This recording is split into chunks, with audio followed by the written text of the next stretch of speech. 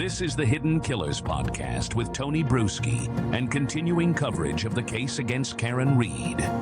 Oh, it's been a busy day in the trial of Karen Reed, probably the biggest bombshell day that we have had. Even yesterday was pretty big, but today, a lot of the findings of Judson Welcher came out. The judge very early on in the day saying, yeah, you know what? You can testify to what you were talking about. The caveat in it is you can't say it was Karen's Lexus, but you can say it was a car exactly like Karen's Lexus. Mm-hmm. So there's that. So unless the defense is going to come up with something of another Lexus of the exact same make and model came in and replaced her Lexus, yeah, which didn't happen. It's got a little dicey. We're going to watch some of the beginning of the day with Judson Welcher. And then we're going to watch some of the cross-examination with Alessi a little bit later on. And that's where it gets dicey. But early on in the day, I think it was like grand slams.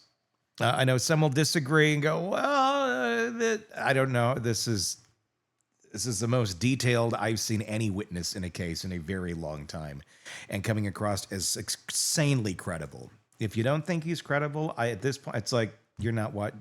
Then your biases are showing. I think anybody would find this person credible of a reasonable mindset at this moment in time. What were your thoughts? Well, I think he's credible. It's interesting when you're watching this coverage, if you're watching any of the comment section, they're cutting him down. So I wonder they're cutting him down, but with nothing. I know. And it's funny because I was watching the comment section and the trial, and I'm like, okay, I get what you're saying, but he has facts. And just because you don't like them doesn't mean they're not true. Yeah, I've watched some of it. It's like a playground with children. It is. Yep. They go after, I mean, it's really amusing when the FKR people like go online and comment on things or try and attack me for saying what I'm saying, my opinion on the case, because they don't come with anything of fact. It's a lot of you're fat. It's a lot of hey Baldy. I mean, it's like third grade. I mean, it's so laughable, and I don't know if they think they're like making some sort of I don't know what the hell they think they're doing, but if you're gonna come at somebody, the best you got is like, yeah, you're bald. Even my sixth grader has grown out of that one being something that anyone really cares about. And it's funny too, because people think like that would be like something I'd be insulted by. Like, I'm good. I'm very happy. Like, this is better than hair for me. So like what, this is what it shows the immaturity of his the flying monkeys and the main flying monkey, because all that idiot does is just swear at people and call them names like they're on a third grade playground. And if you're sitting there consuming that thinking, oh, this is mature, I don't know what else to tell you. Like you got some problems. Like you can think she's innocent, that's fine, but if you're like consuming that and going, this is what I'd like to consume today, some idiot just swearing at people. Okay. Yeah. Well, confirming your own reality that you don't want to see maybe something than you originally thought it was. It's funny. Let's watch again some of the beginning of the day. This is the moment that I think the courtroom may have shifted. Let's take a look. In addition to the text stream data you consider, considering both those areas of information, do you have an opinion to a reasonable degree of engineering certainty in whether the damage to the defendant's Lexus is consistent with a collision with Mr. John O'Keefe on January 29th, 2022 at around 12:32 a.m.? So there's been two potential theories that I've seen on that issue. One is a glass was thrown at the rear of the vehicle and shattered it. The second one was an impact to the arm. If the impact is basically more than approximately 8 miles an hour, it will likely break the taillight lens. Do you have an opinion whether, based on the data and based on the physical damage and your testing, whether that is consistent with a collision or a impact with Mr. John O'Keefe? It is consistent with the collision as long as it's greater than approximately 8 miles an hour. Do you have an opinion whether it's consistent with an impact or collision with Mr. John O'Keefe on January 29, 2022 at around 12:32 a.m.? With that caveat, yes. In your testing, did you consider, or do you have an opinion to a reasonable degree of engineering certainty, whether John O'Keefe's injuries on his arm, inevitably in the back of his head, are consistent with being struck by a Lexus identical to the defendant's Lexus on January 29, 2022? Yes, What's your opinion? that it is. It is consistent with being struck by a Lexus and ultimately contacting a hard surface such as frozen ground. And does that specifically pertain to January 29, 2022, around 12:30 a.m.? Yes, it does. There you go. Yep. That was the drop the mic moment. He then went on to compare it to another crash scene that he had done the work on as well, where another individual had been struck at a very similar rate of speed, had actually worse physical injuries than John, but no broken bones either. Again, everybody wants to throw their conjecture into this thing and say, well, how could the tail light break? And people were saying that when they knew that she was going at him at 24 miles an hour.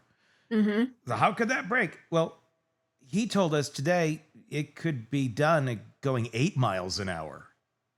That's enough momentum to strike and break the tail light. Yeah. So picture at 8 miles an hour, that might be, a lighter crack or bigger pieces. The tail light's frozen. It's outside in the winter, and it comes at you at 3 times that speed almost. At about 24 miles an hour, that's how it shattered. That's how it broke. And maybe the glass was even part of the whole equation, because if you look at how he demonstrated it yesterday with the Lexus itself and a body being next to it, it would make somewhat logical sense that that glass could have very easily flung back as he got sideswiped and hit that thing. That's not an impossible theory. But it doesn't need it even. It just, the arm could have done it that itself. Everybody likes to think that they're an accident reconstructionist or an expert at what happens to the human body when being struck at different angles and speeds. At least some people like to think they are. I'm going to go with the expert. I'm going to go with the guy that did some study and homework on this. Mm-hmm. Yeah, me too. And he did do the homework, and it seems like he knows what he's talking about. They get a little contentious coming get up, to that, especially yeah. toward the end of the day. And I'm not sure, are they just frustrated? Are they tired? Are the questions not landing right? But there's some attitude here, and I'm okay with it. I'm here for it. I'm finding it amusing because a lot of what Alessi is asking doesn't even make sense. Yeah. And he's trying to wing it, I think, to a certain extent, on things he doesn't have knowledge on, and then presenting it in some sort of a bizarre question form to a man who this is his life, and he's like, "Well, but damn it, what about this?" And he's entertaining him very well, and allowing him to, ask his questions, and he's been so far answering them in very great detail. I've thought that has been quite telling Let's actually go over to some of that. There's a whole other portion in the morning if you want to see it. It's up on our YouTube page, Hitting Killers with Tony Bruschi. There's actually 2 other segments from the morning that are up there that are basically straight to the point. Him talking about how John O'Keefe was sideswiped and how that would have launched him where he went and why. And it just explained everything in scientific forensic goodness. Well, in physics, you may not like the answer, but physics isn't wrong. Yes. And if physics was a challenge for you in school, I get it. It challenged the living shit out of me. There were times where I laid my head down on my desk and cried. But physics doesn't lie. Gravity and force and mass. There's equations that have been around for eons. This is just how it works. And what happens? A human body versus a car. Guess who wins? And there's basic math involved too, Yeah. with clocks and time, and they all match up as well. Well, they try to refute that again. Look, even if number one, I believe they're on. Even if they're off by a few seconds, it doesn't change anything. No, It's literally within seconds. That would be a reasonable assumption that his vehicle or his phone stopped working precisely at the time or within literal seconds of the time of the strike and her backing up. Furiously backing up. She hit him. There's just no other way around that fact. Now, then it goes to, well, and even Karen was upset on the steps yesterday. Well, what are they trying to say? I did. Well, clearly, Karen, if you're following along with their own trial, they're trying to say you did it on purpose. But they put the other charge in there too, just in case people give you some pity, even after you've been a horrible human being this whole time, judging by your style of living and drunk driving and in everything that you've expressed yourself as being. If they give you some grace, I think manslaughter is probably going to land at this point. But Feels who knows? like it. Who knows? I mean, I, in my opinion, beyond a reasonable doubt is there that she hit him. And they're going to try, the defense is going to try to bring up the Michael Proctor issue, that this was a corrupt police department, et cetera, et cetera. But as we were talking about even yesterday, the facts are there. Doesn't change They don't it. lie. I said earlier, everyone could be in some sort of cult that wears Karen Reed masks at night and they sacrifice emus in the moonlight. It doesn't matter. It doesn't change the fact that the data shows you hit him. Yeah. Nothing else matters. I know you laughed at me tremendously when I said your car is going to narc you out, but it really does. Your car knows exactly what you're up to. It's like the black box. I didn't laugh at you for that. I know it can narc you out. Well, you laughed at me because I said you could have, 20 years ago, I could have gotten away with it. But now I have a car that has a black box in it, so I have to be more careful. No, I completely agree. Yeah, 20 years ago. I mean, hell, even like 10, 15 years ago, I think you wouldn't have been able to do this. I think in a lot of cars, you still wouldn't be able to do this. Not a lot of them have the sensors that this Lexus has. So that's part of it too. Let's take a look. If you've got a backup camera, if you've got one of those cameras that as you're going into your garage, it goes beep, beep, beep, beep, beep, beep, beep, you're too close to something. It knows you're close to something. It's going to clock. It's going to log if you hit it. Yeah. I hit a bike almost every day in my garage. I bet that's logging it like the bitch can't drive. Potential collision. Yeah. Yes. Yeah. No, I hear you. It knows. Well, they even have there's insurance companies now too. The apps are one thing that measures it, but some of them have things that actually plug into your car. Yes. That plug into like the sensor, and then that tells it even more data about your driving than just what the phone is picking up. I have a friend who works for an insurance company. I'm not going to say which one. It's a national one. The shit she has told me that they can find out if there's been an accident and they assess your car, they're plugging into it to find out what you're saying. And if your phone connects to your car, they will find out that you were texting at the moment you had that impact, you're fucked. They're going to know everything. And the fact that she told me some of this, I was just like, oh, hell. Can they yeah, deny my the phone claim, connects though? I to mean, my that's the car. It purpose knows of everything. insurance. I mean, can they deny a claim for that? Because that's why you have insurance, for accidents. But if you're lying, they can find out the truth If and you're then lying, assess okay. accordingly. I hear what you're saying. Okay. Yeah. Yeah. So will they deny it? I don't know. That's a whole different Yeah, process. yeah. But she said that she was dealing with somebody who was saying, oh, the guy just hit me out of nowhere. Well, then when they plugged in and saw everything, Mm-hmm.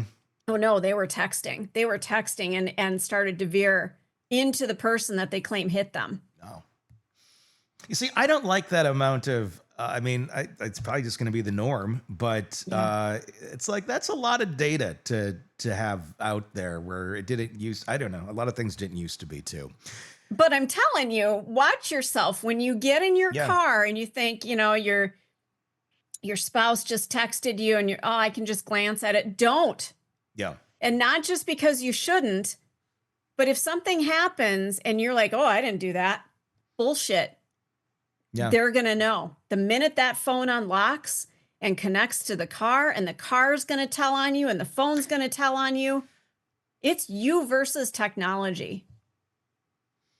Well, hopefully it can just drive us soon, and then we can blame the cars themselves. Wow. And then if you put AI in there, what if it covers up its tracks if it makes a mistake? It makes you look like you did something and you really didn't. That's the next trial we're going to be watching. The car veered off and killed somebody. I didn't do this. And they really didn't do it, but the car is now covering it up and going, they did it. And the car is literally testifying. Yes. Like in words.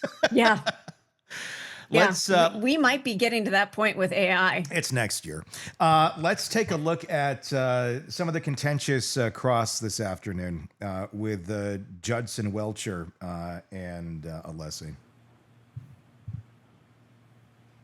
He's, I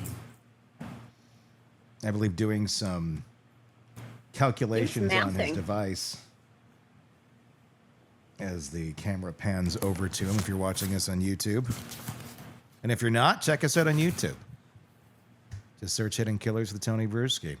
And I think we're going to begin. Sometimes I iron my shirts, so make it worthwhile. Go to check us out. Yeah. Why am I ironing things? Because people are watching. Good. Exactly. But I stopped ironing several years ago. Well, I tried. I just wear black all the time, so you can't tell. That's all I do. Just blend right in. I'm trying to add a pop of color once in a while, but today it's just, nah. It's raining. I'm over it. So he's mathing right now. This guy, Judson was in trouble with the judge because he keeps trying to open his laptop. I think he's addicted to screens. Mm-hmm. He cannot do this without his laptop. And he finally pulled a sidebar on him. It's absurd that they can't, we want you to give us this technical data right now. It's not memory class at the Lutheran school. What do you get? If you want the real facts, get the real facts. Force in the F equals M times A calculation. About 2,188 pounds. I made a triangular crash pulse assumption. Right, and if you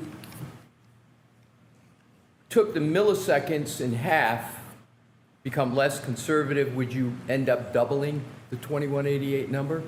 If you cut it in half, you would double, yes. Exactly, through a simple mathematical, semi-algebraic application of the numbers, correct? You divide. Correct. We're doing a little simplification in terms of the crash pulse shape, but generally, yes. Right. So, but let's take the conservative number, the lower number, 2188, that you came up with. Do you know from the literature, as you did with the head, you went to the literature and said, this is how much pounds of force the F you would get to have to cause a break at the occipital bone. Do you know from the literature how much force it would take to break an arm bone? I have an idea, yes. What is your idea? So for a distributed load, such as this, not a concentrated load, you're going to need somewhere between, I've seen, and this is for cadaver tests, a low of like 2,500, maybe a little lower, to a high of 7,000. Sir, you have switched, haven't you? We're talking about center mass impact. Did you in your calculation just switch to a side swipe impact to No. do your calculation? No. I'm asking about a center of mass impact. How much force would you need? Let's start with the hand. Maybe it's a simpler one. Do you know how much force it takes to break, any of the hand bones, you know what I'm referring to, the phalangeals? Yes. The metacarpals, and the carpals? Correct. How much pounds of force do you need to break any one of those bones? Actually, I didn't find any distributed loading on the amount of force. I don't know.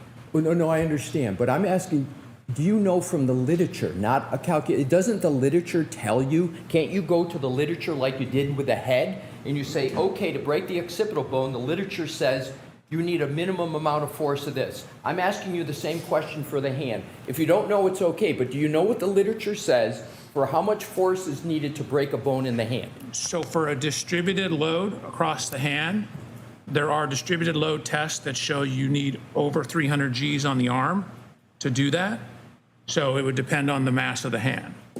What is the range of force that you would need to break a bone in the hand? Do you know from the literature? If you don't, that's okay.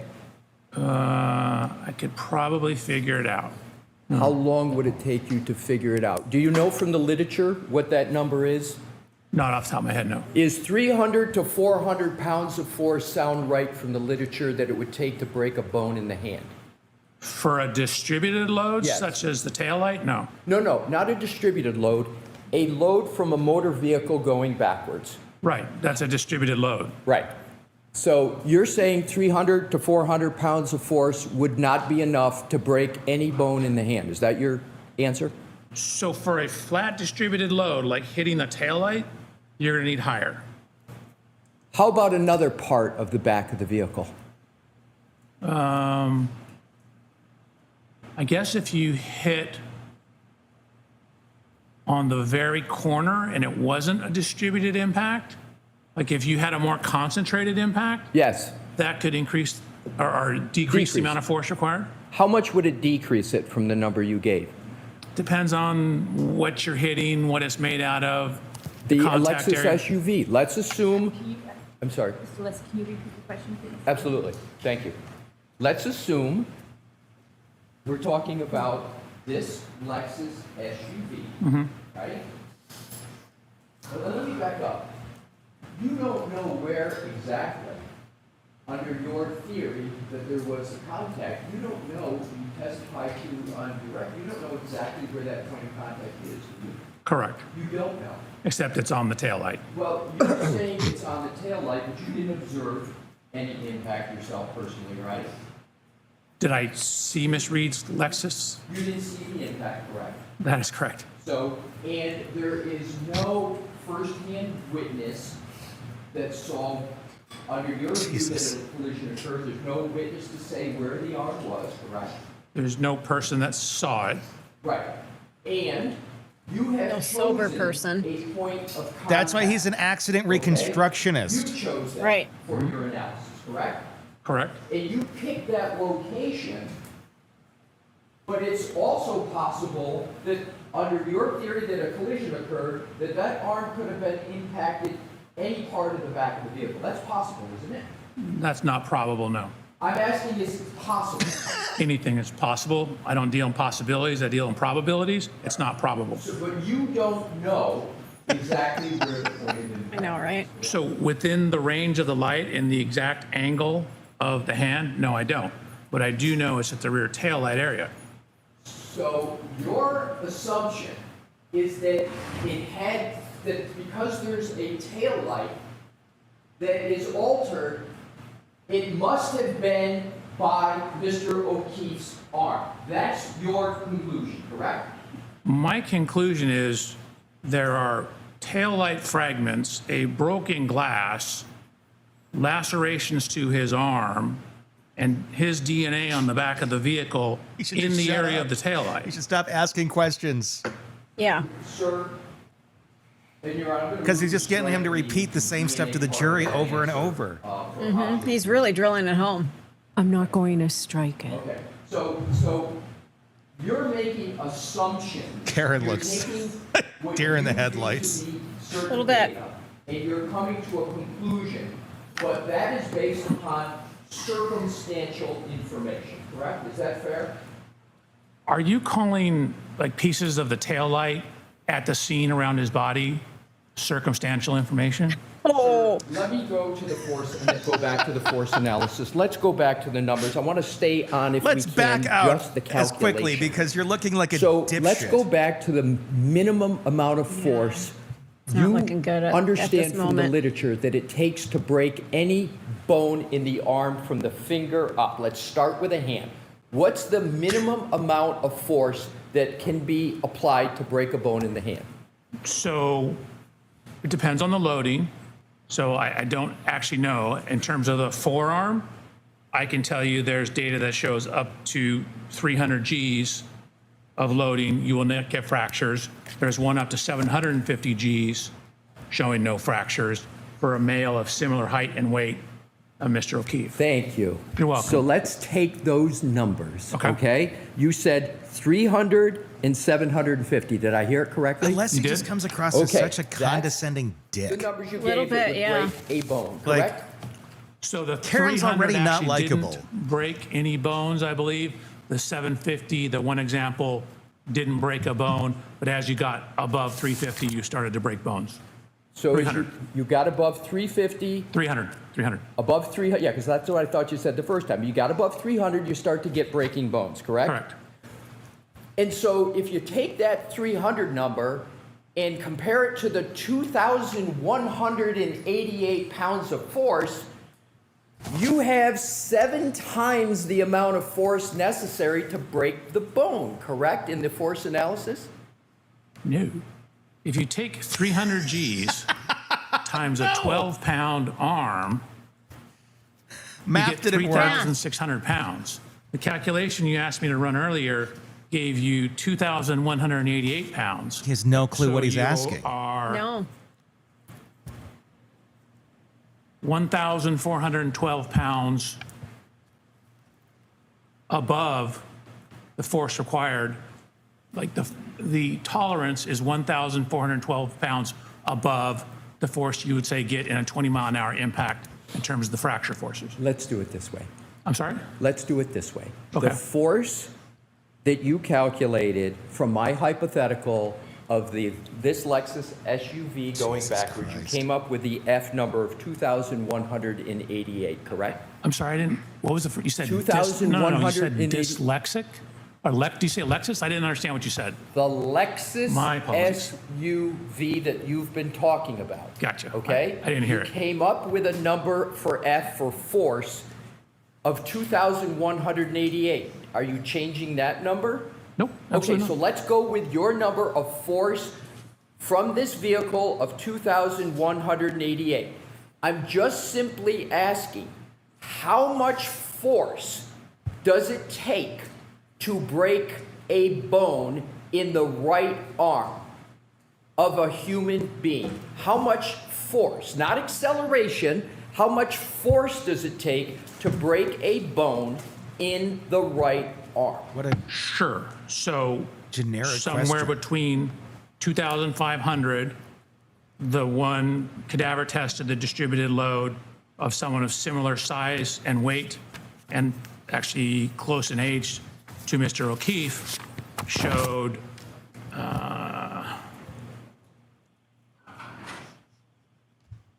about 7,000 pounds of force to break it. Let's go to the hand. Do you disagree that the literature shows it only takes 300 to 400 pounds of force to break a bone in the hand? Do you disagree with that? Your question's too general. I can't answer your question. It depends on the loading. If I take my pencil, which has a very fine point, and jam it through my hand, I can jam it right through my hand because it's a very small point.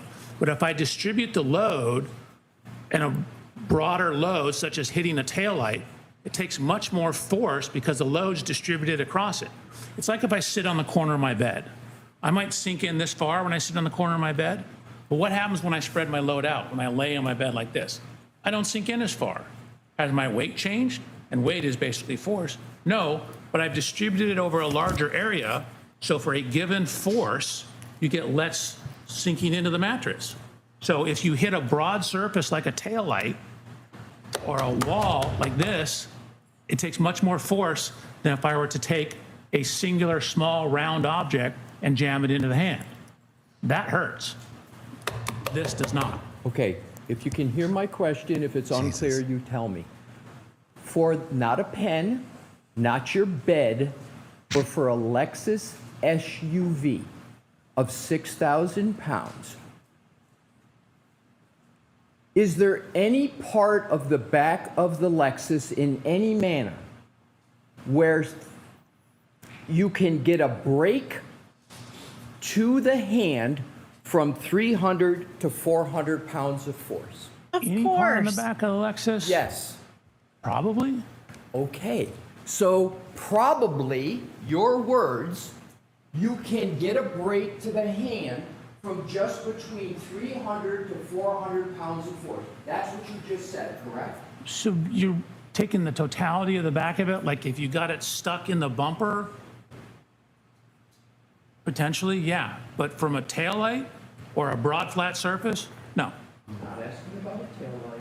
Any part of the back of an SUV, you agree that it is probable that you can get a break of the hand bones from just 300 to 400 pounds of force? Your question is incomplete, right? You said any part of the back, but then you wanted me to not include taillights or not include the rear body panel. If you hit a very narrow part of the car, like say the edge of the tailpipe, that creates much more of a narrow contact. So force divided by area is pressure. So if you have a very tiny area, you have very high contact pressures. And so, but if you distribute the load over a larger area, the number on the bottom of that fraction is much bigger, so your contact pressure drops. So hitting the edge of the exhaust pipe is going to have a much higher likelihood of causing a fracture than hitting flat against the tail light. Okay, what we're going to do to make this more efficient, excuse me, sorry. You're just Mr. going to Wolf, shut can up. you pull up a slide from Mr. Wolf's, or Dr. Welcher's presentation for the back of the Lexus, please? The back hatch, and Your Honor, may we publish that? Sure. Do you know what number, though, Mr. Leslie? So Mr. Wolf does, and And I then know he'll you tell need it, so us. he'll tell me before I publish, and then we'll give you the number. Your Honor, may I look here? Yes, I'm going to let Dr. Welcher look at his slide Oh, sure. here Yeah. instead of just up there. The back hatch, yes.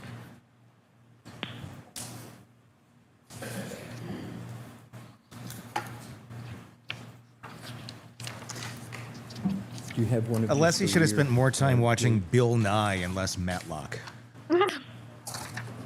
Yeah, Neil deGrasse Tyson, maybe. The one measuring the height, maybe? There we go. Thank you. Okay, this is your slide presentation.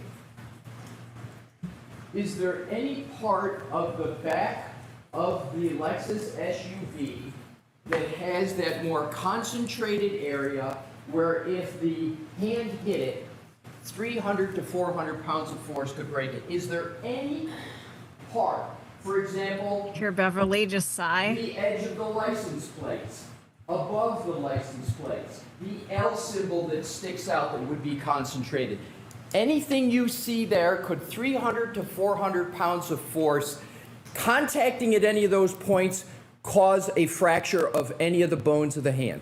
So, I don't know how to show this because in the middle photograph, right where the 2 is on the license plate, Yes. there's a vertical edge. That area is recessed in.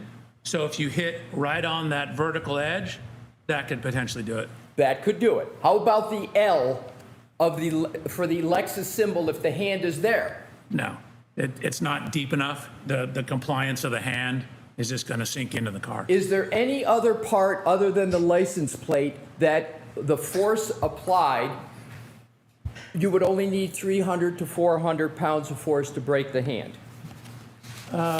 Maybe the exhaust pipe, and potentially if you hand your hand up near the spoiler. Right, so now let's go from 300 to 400. Let's go to the 2188, which is your number. Use 2188. Is there any place where in 2188 force you could have a fracture of the hand on that back gate? Just to be clear, 2188 is the number I calculated for you. It's not, quote, my number. I understand, but we did. So- I understand, but we did the calculation. Is there anywhere on the back of the vehicle where 2188 could cause a fracture of the hand? So that was a forearm fracture tolerance I thought we were talking about, because we used the weight of the whole arm for that. We did. And my question is there anywhere in the back of the vehicle, in your opinion, that could cause a fracture with that? I'm sorry, with to the hand? Just the hand or the whole arm? I'll take any part of the right arm. You call it the hand, the forearm. Is there any part that could cause a fracture? So probably similarly, if you got your forearm down near that transition, like, I don't know if you can see the little dot. I'm talking about this area. Yes, yes. Right here. Yep, So that transition between the two body panels. yes. That could potentially do it. That's back where the reverse lights are. I'd have to look at whether, that would take it before breaking the plastic. And then, again, maybe if you hit the exhaust pipe as well. It's a much more narrow loading condition. How about the corner of the tail lamp? Corner of the tail lamp. I suppose if you had just your hand on the very, very corner, potentially. Potentially. But you didn't do any of that force analysis for this case, did you? For the hand, no.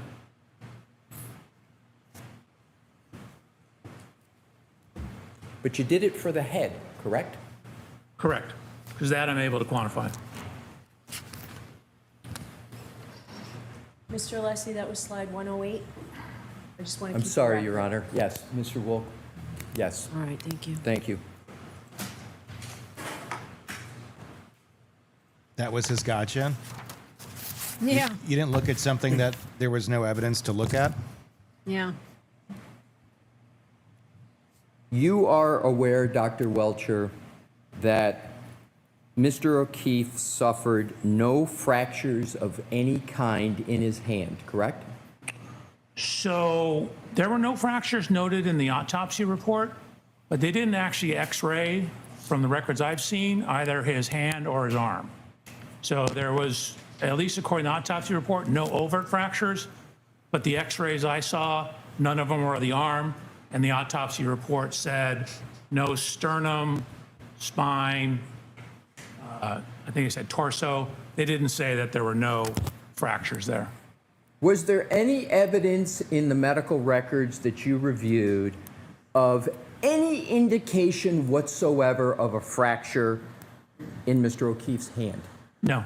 Was there any indication whatsoever in any of the medical records you reviewed that there was a fracture of any bone in the right arm of Mr. O'Keefe? Not that I saw. Again, it wasn't x-rayed. Was there any indication in the medical records and the autopsy that you say you reviewed of any fracture of any bone anywhere in the body of Mr. O'Keefe, Yes. other than the occipital bone or the skull? There's a couple bones in the skull that were fractured, but other than the skull, no. Correct. So, are you aware that the medical examiner for the state of Massachusetts, Dr. Shorty Bello, performed an autopsy on Mr. O'Keefe? Are you aware of that? Yes. And you're aware of it because you read the autopsy report, correct? Correct. Are you implying, and it's a question, that Dr. Scorty Bello missed a fracture or didn't look properly for a fracture on Mr. O'Keefe? No, I'm simply indicating that, for example, a hairline fracture, I didn't see any evidence that they actually x-rayed the structure, so there would be no overt evidence of that. There were wounds on the right arm of Mr. O'Keefe, correct? Correct. And you are saying that the medical examiner should have x-rayed that to determine whether there was a hairline fracture? Is that your testimony? No, you're asking me about evidence and proof of absence of fracture. So I would look for an x-ray to see if that was the case. I haven't seen any evidence of an x-ray of the arms. So it's your position that on every autopsy, there should be an x-ray of every bone in the body, and that the clinical judgment of the medical examiner should not be accepted, and there should be an x-ray of every bone before a conclusion can be drawn that there's no fracture to a bone in the body of a deceased. Is that your testimony? Absolutely not. Like, I'm an engineer. You're asking me about proof. And so proof is somebody looked at it, somebody took an x-ray, somebody palpated it and found a comminuted fracture. So we're talking about proof. Sir, I didn't use proof in my question. It's getting You ugly. asked me about the opinion of a medical examiner. I'm not a Hold medical. on. Only one person at a time. Mr. Alessi, let him finish, and then you can ask the question. Your Honor, I hadn't finished my question. Okay, then finish your question. Dr. Welcher, wait for the question. Then let Dr. Welcher respond. It's a nightmare for Madam I Board Reporter. understand, and I think I've been doing that, but I'll redouble my efforts.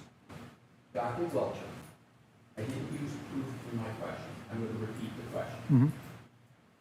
Is there any indication in any medical record, autopsy report of the deceased of any fracture of any bone in the body? That was not your original question, but to answer your question, no.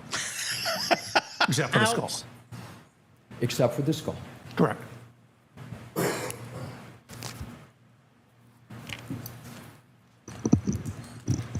They're not getting along very well, are they? No, because Alessi's Do you understand whether just coming the across as a real absence slimy dude. of any fractures other than the skull of Mr.